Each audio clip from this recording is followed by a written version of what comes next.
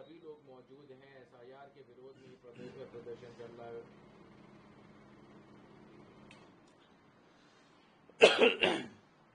क्या हुआ सर, अभी लोकसभा में देखा जा रहा है कि विपक्ष का फिर से एक प्रदर्शन देखने को मिल रहा है। एसआईआर और का आरोप लगाया जा रहा है कि उसमें वोट चोरी करी जा रही है। प्रियंका गांधी, अखिलेश यादव सब उसमें मौजूद नजर आ रहे हैं।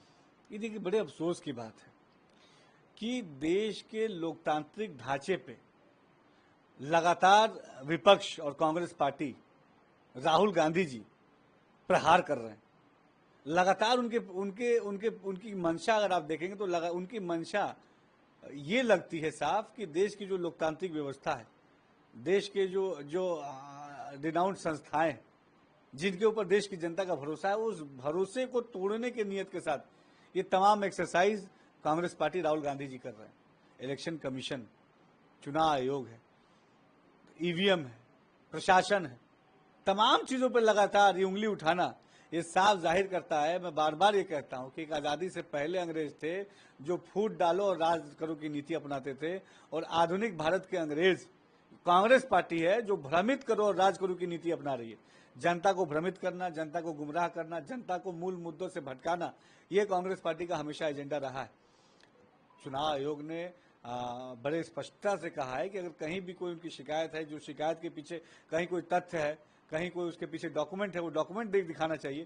केवल आरोप लगाने से काम नहीं चलेगा। अगर डॉक्यूमेंट है, कोई प्रूफ है, तो प्रूफ दिखाना चाहिए। लेकिन प्रूफ ना दिखा के केवल और केवल चुनावी रैलियों में और भाषणों में जनता को गुमराह करना, ये कहीं से भी उचित नहीं है।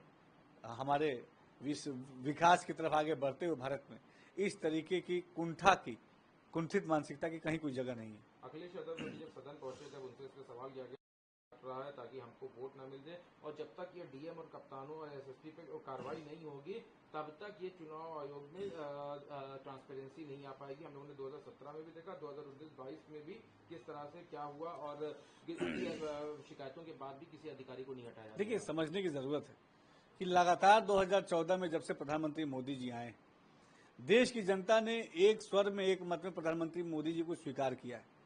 इसीलिए विपक्ष पूरी तरीके से, विपक्ष का सुपड़ा साफ हो गया है। और विपक्ष आज इस हाशिए पे इसलिए खड़ा है क्योंकि प्रधानमंत्री मोदी जी ने ईमानदारी से जनता के बीच में रह के जनता के विकास के लिए काम किया।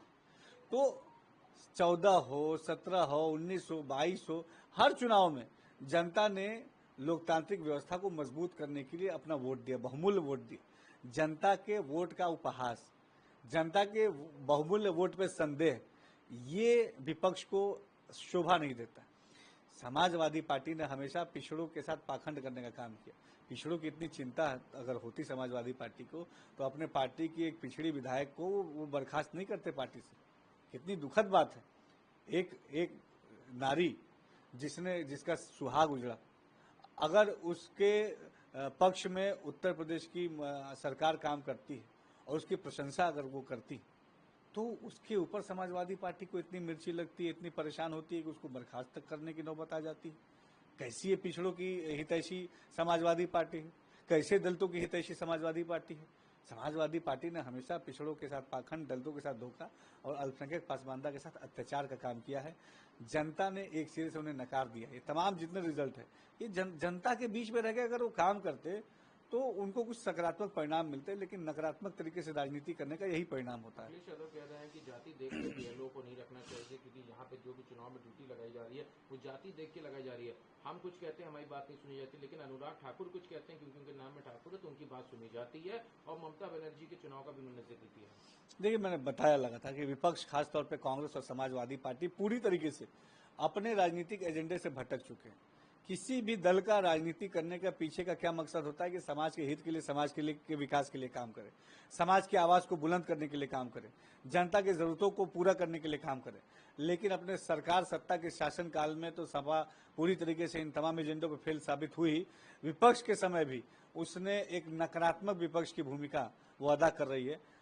जनता को गुमराह करना, सरकार के काम में बाधा डालना, संसद का सत्र बाधित करना। आप बताइए, देश के विकास के लिए संसद का सत्र चलना कितना आवश्यक है?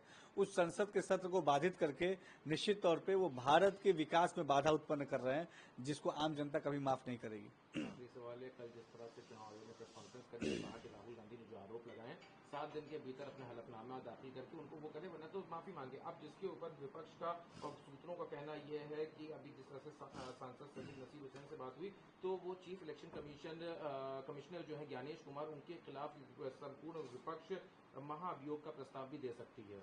देखिए, विपक्ष आज पूरी तरीके से हताश है, निराश है। चुनाव आयोग पे लगातार बेबुनियाद आरोप लगा के देखिए हमारा देश एक लोकतांत्रिक देश है और चुनाव इस लोकतंत्र की सबसे मजबूत नींव है।